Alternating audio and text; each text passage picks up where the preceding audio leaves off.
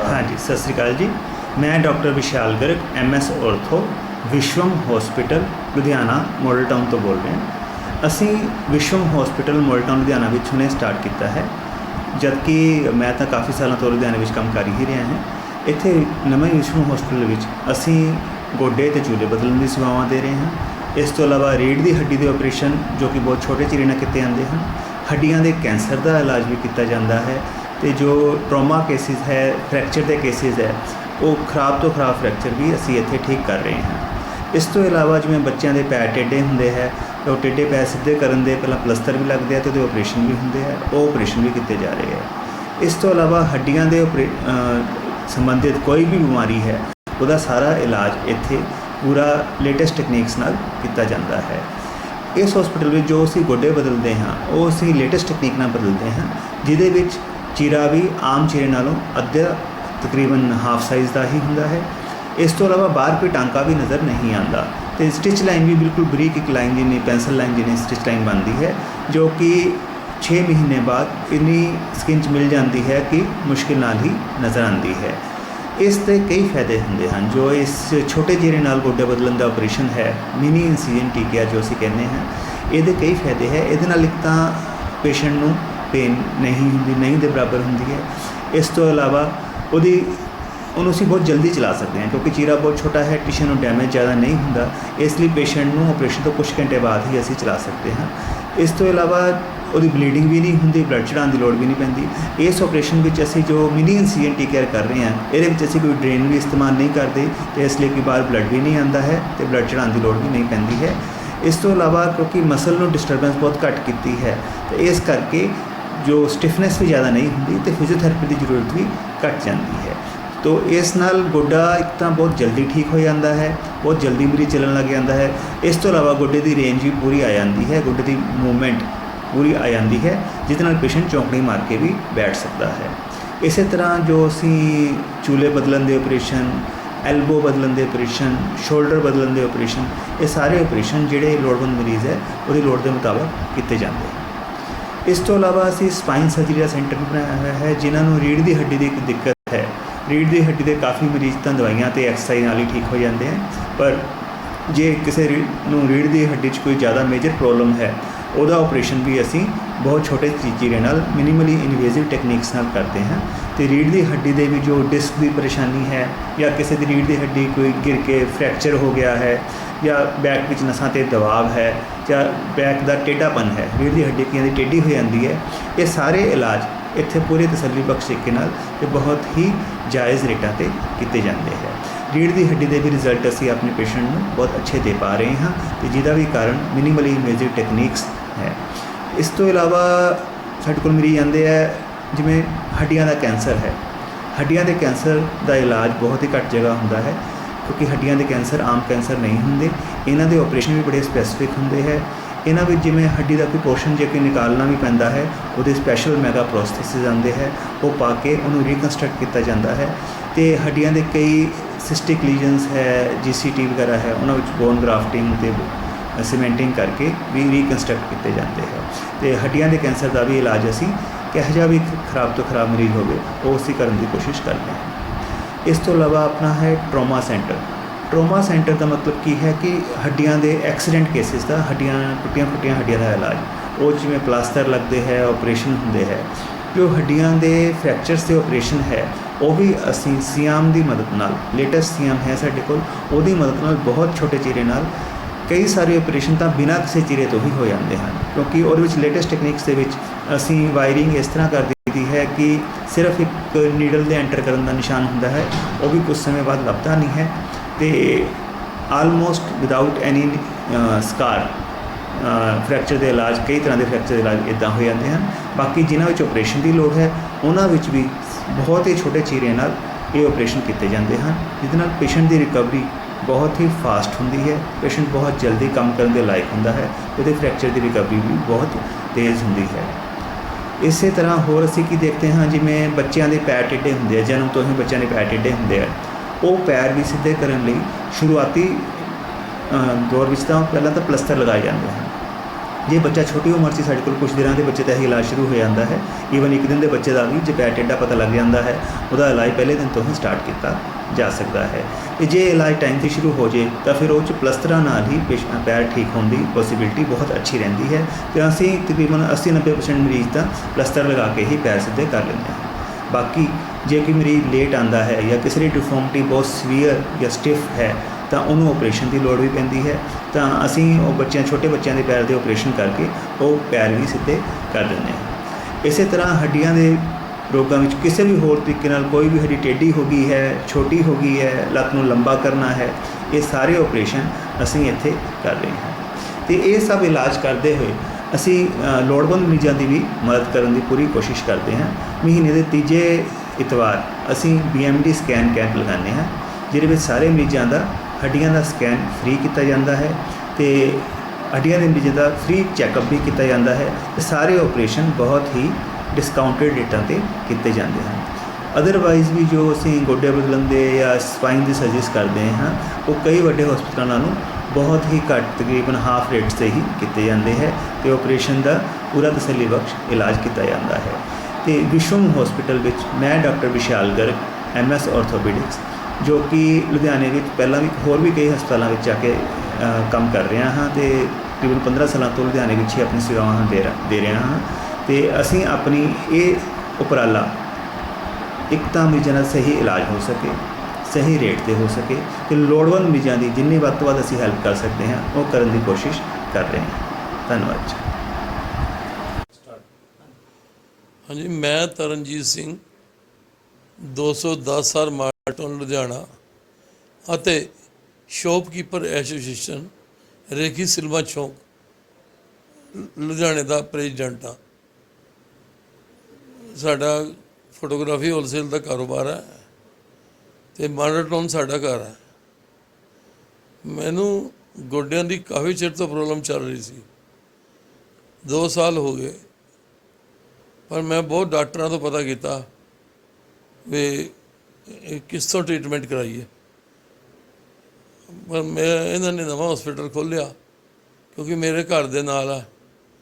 मैं डॉक्टर साहब को गया, इन्होंने मैनू बहुत प्यार नाल डील किया। 2-3 बारी गया, इन्होंने मैनू यही कहा तुसीं अपने घर दे तरह आ जाओ। मैनू सगों खुशी हुई इस गल की। फिर इन्होंने मैनू कोल बिठाया, लैपटॉप में मैनू सारी इन्होंने दसी है भी गोडा किस तरह चेंज होता, गोडे का की प्रोसीजर है, तो असी किहड़ा गोडा पाना। चलो मैं चला गया घरे जाके, मैं अपनी वाइफ नाल सलाह की, सारे घर दे विच राजी सी भी असी गोडा चेंज कराना, क्योंकि काफ़ी दिन तो पेन किलर्स बहुत ज़्यादा खा रहा सी, ਉਹਦੇ ਨਾਲ ਮੈਨੂੰ किडनी की प्रॉब्लम आ गई, तो मेरी पेन किलर बंद हो गई बिल्कुल। साडा आखिरी हथियार यही रह गया सी ये गोडा चेंज करना। डॉक्टर साहब को आए, डॉक्टर साहब ने गलबात की, कहते कोई गल नहीं, थोड़े टेस्ट करते हैं, थोड़ी रिपोर्टां सही हुई तो थोड़ा ऑपरेशन कर दें। चलो जी, मेरा इन्होंने परसों ऑपरेशन किया, देखो अगले दिन ऑपरेशन किया, माड़ी मोटी तो दिक्कत आती है, पर मैं इस हॉस्पिटल तो बहुत सैटिस्फाई हाँ। और दूसरी गल यह है कि जिहड़ा स्टाफ है वो स्टाफ तो इतना ही प्यार करने वाला स्टाफ है।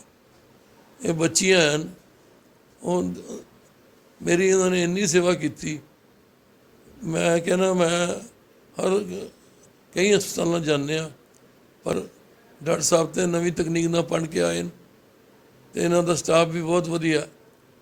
ਮੈਨੂੰ ਇੱਕ ਦਿਨ ਵੀ ਕੋਈ ਪਰੇਸ਼ਾਨੀ ਨਹੀਂ ਹੋਈ।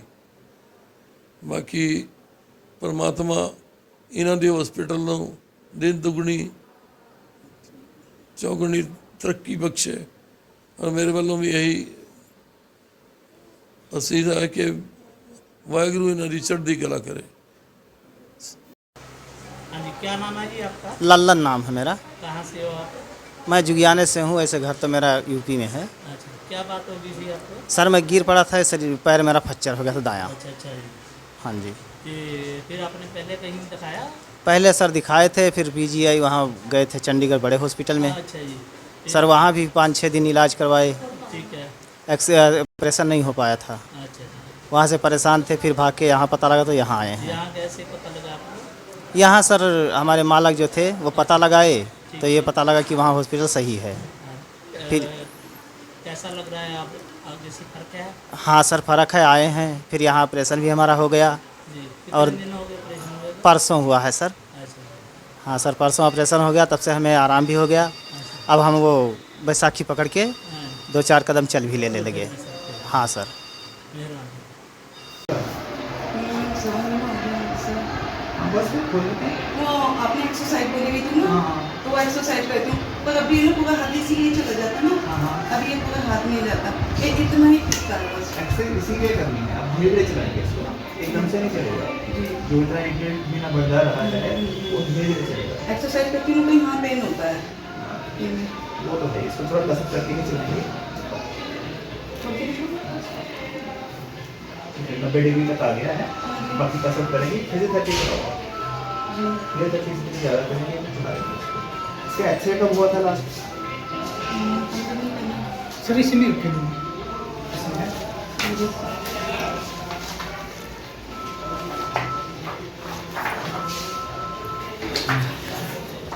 ਕਿਹੜੇ ਵਾਲੀ ਥੋੜਾ ਪੀਤਾ ਤਾਂ ਸੀ ਗੋਡੀ ਚ ਦਰਦ ਹੈ? ਹਾਂਜੀ ਬਸ ਥੱਲੇ ਥੱਲੇ ਨਹੀਂ ਉੱਪਰ ਨਹੀਂ ਆਉਂਦਾ ਉੱਪਰ ਕਦੇ ਕਦੇ ਉੱਪਰ ਨੂੰ ਆਉਂਦਾ ਆਪਾਂ ਪੱਕੀਆ ਥੱਲੇ ਜੀ ਇੱਥੇ ਬਸ ਇੱਥੋਂ? ਹਾਂਜੀ ਇਹ ਚ ਇੱਕ ਇੰਜੈਕਸ਼ਨ ਲਗਾ ਦਿੰਦੇ ਇੱਥੇ ਹਾਂ। ਹਾਂ ਇੱਥੇ ਜਿਹੜੇ ਦੇ ਕੋਈ ਹਟਣਾ ਚਾਹੀਦਾ ਬਸ ਹਾਂ ਦਾਦਾ ਦੇ ਚੱਲ ਫਿਰ ਕਿੱਧਰ ਰਹੇ ਹੋ? ਔਰ ਤੁਸੀਂ ਦੇ ਲਓ ਮੈਂ ਚੌਕ ਤੋਂ ਉਰੇ ਤੱਕ ਤੁਰ ਕੇ ਆਇਆ ਜੀ ਮੈਂ ਥੋੜਾ ਨਾ ਕਿਹੜੇ ਚੌਂਕ ਤੋਂ? ਜਦੋਂ ਆਟੋ ਬੋਲਦੇ ਨਹੀਂ ਬਸ ਅੱਡੇ ਤੋਂ ਅੱਛਾ ਹਾਂ ਜਦੋਂ ਤੁਰ ਕੇ ਆਇਆ ਕਿਲੇ ਦਾ ਰੀੜ ਦੀ ਹੱਡੀ ਦਾ ਆਪਰੇਸ਼ਨ ਕਰਾ ਕੇ ਤੁਸੀਂ ਇਹਨਾਂ ਚੱਲ ਰਹੇ ਹੋ। ਆ ਮਾੜਾ ਮੋਟਾ ਦਰਦ ਹੈ ਕਰਾ ਰਹੇ ਨੇ। ਠੀਕ ਹੈ। ਮੈਂ ਇਹੀ ਗੱਲ ਕਰ ਬਲਾਤਾ ਹੋਰ ਤਾਂ ਬੋਲ ਉਦਾਂ ਮੈਂ ਹੁਣ ਤੁਸੀਂ ਮੋਟਰਸਾਈਕਲ ਤੇ ਆਪ ਜਾ ਸਕਦੇ ਟਾਈਮ ਕਿੰਨਾ ਹੋ ਗਿਆ? 3 ਮਹੀਨੇ ਹੋ ਗਏ। 2 ਤਰੀਕ ਨੂੰ ਆਇਆ ਸੀ ਫਰਵਰੀ ਨੂੰ तो 1.5 महीना हो गया। 1.5 महीने बाद तुम नवले चल फिर रहे हो वधिया होना चाहिए।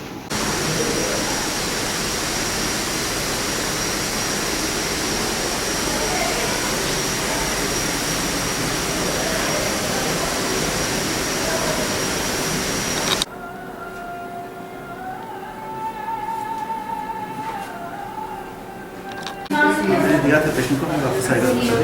ओके आंसर लास्ट से मैं रुपया फार्मेसी के रेट तो उन्होंने मांगे थे वो बता दिए थे। वो कह रहे थे आपके कंसर्न से हाँ, स्टार्ट मैंने पेशेंट को भी सैंपल दिए हैं आपके, उनका रिस्पॉन्स सर आपके मेरे फार्मेसी की किसी को अभी कुछ नहीं चल रहा मैं देख लेता हूँ। प्लीज सर मैं करता हूँ बात इनसे। Thank you sir Okay. Have a good day Same to you. हाँ जी। हाँ जी। ये नाम है? दो फाइलें क्यों बनाते हैं?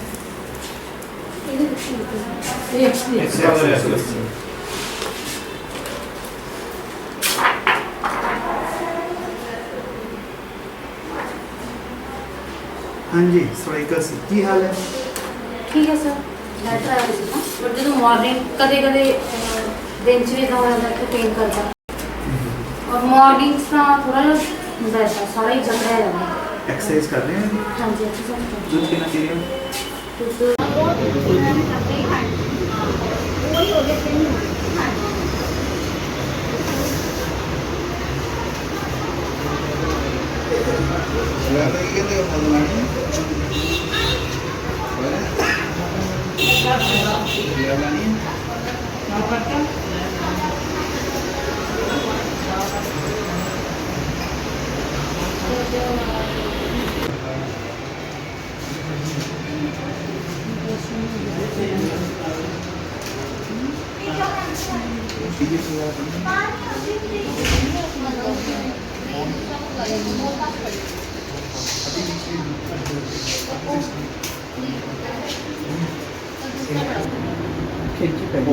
इंस्पेक्शन के चार्जेस होंगे थोड़े से फाइन चार्जेस।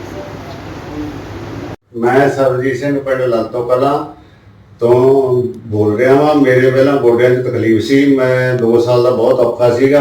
ਮੈਨੂੰ ਡਾਕਟਰ ਵਿਸ਼ਾਲ ਗਰਗ ਬਾਰੇ ਪਤਾ ਲੱਗਿਆ ਤੇ ਉਹਨਾਂ ਦੇ ਮਾਡਲ ਟਾਊਨ ਨਵੇਂ ਹਸਪਤਾਲ 'ਚ ਮੈਂ ਆਪਰੇਸ਼ਨ ਕਰਵਾਇਆ। ਦੂਜੇ ਦਿਨ ਮੈਂ ਤੁਰਨ ਲੱਗ ਗਿਆ, ਬਿਲਕੁਲ ਠੀਕ ਠਾਕ। ਤੇ ਇਹਨਾਂ ਨੇ ਮੈਨੂੰ ਟਰਾਈ ਕਰਾਈ ਤੇ ਬਿਲਕੁਲ ਮੈਂ ਠੀਕ ਹਾਂ। ਹੁਣ ਮੈਨੂੰ ਕੋਈ ਪ੍ਰੋਬਲਮ ਨਹੀਂ। ਤੇ ਬਾਪੂ ਗੋਡੇ ਮੋੜ ਕੇ ਦੱਸੋ, ਕਿੰਨੇ ਗੋਡੇ ਮੋੜਦੇ ਆਪਣੇ? ਸਿੱਧੇ ਕਰੋ, ਹੁਣ ਮੋੜੋ। ਤੁਸੀਂ ਜਿਵੇਂ ਦੇਖ ਸਕਦੇ ਹੋ ਗੋਡੇ ਪੂਰੇ 90% ਮੁੜਦੇ ਪਏ ਹੈਗੇ ਆ 90 ਡਿਗਰੀ ਤੇ। कितने दिन हो गए अंकल ऑपरेशन ਨੂੰ? 15 ਦਿਨ ਹੋ ਗਏ।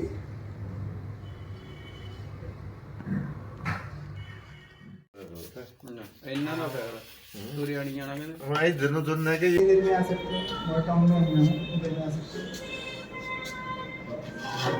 हम मोल टाउन में सुमन हॉस्पिटल पता है? तो सुमन वाली लाइन में, सुमन से 100 मीटर पहले। हाँ इसमें आ रहे।